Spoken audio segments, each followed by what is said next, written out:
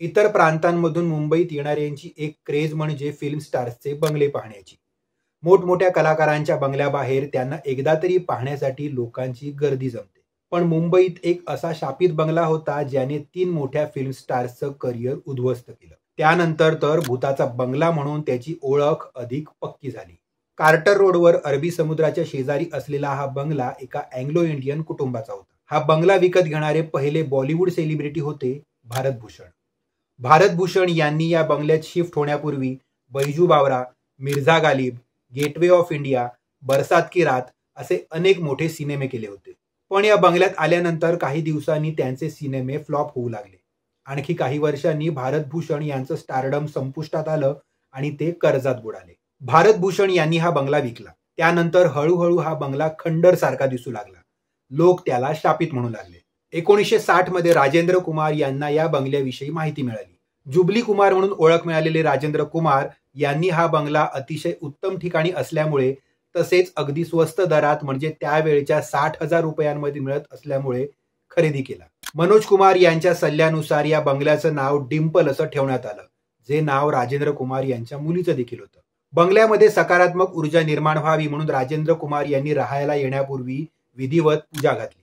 बंगल्यात गेल्यानंतर राजेंद्र कुमार यांना यश तर मिळालं, पण त्यानंतर त्यांचाही वाईट काळ सुरू झाला. त्यांनी आपल्या मुलासोबत अनेक चित्रपटांची निर्मिती देखील केली, पण हे सिनेमे फ्लॉप ठरले. अखेर त्यांच्याकडेही पैशांची कमतरता भासू लागली. 70च्या दशकात राजेश खन्ना यांचं करिअर यशाच्या शिखरावर होतं. त्यांनी जवळपास 17 हिट चित्रपट दिले होते. त्यावेळी ते सुपरस्टार अभिनेते म्हणून ओळखले जाऊ लागले होते आणि त्यांची जागा इतर कोणीही घेऊ शकत नाही असं देखील बोललं जात होतं. राजेंद्र कुमार यांच्याकडून राजेश खन्ना यांनी हा बंगला खरेदी केला होता, तेव्हाच्या तब्बल 3.5 लाख रुपयांना, आणि बंगल्याचं नाव आशीर्वाद असं बदललं. पण 1975च्या आसपास राजेश खन्ना यांचे सिनेमे अपयशी ठरू लागले आणि त्यांची जागा अमिताभ बच्चन यांच्या अभिनयाने घेतली. आर्थिक अडचणींबरोबर राजेश खन्ना यांच्या वैयक्तिक आयुष्यातही अडचणी येऊ लागल्या. राजेश खन्ना शेवटच्या दिवसांपर्यंत याच बंगल्यात राहत होते.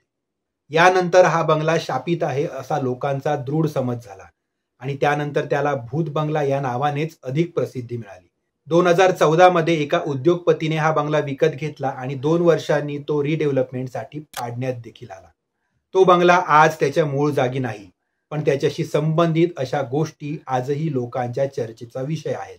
हिंदी चित्रपटसृष्टीच्या इतिहासातील एक विचित्र आणि दुःखद गोष्ट, एक असं घर की ज्याने स्वप्न तर दिलीच पण मोठ्या प्रमाणात आयुष्य उद्ध्वस्त देखील केलं, तेही तब्बल 3 मोठ्या कलाकारांचं.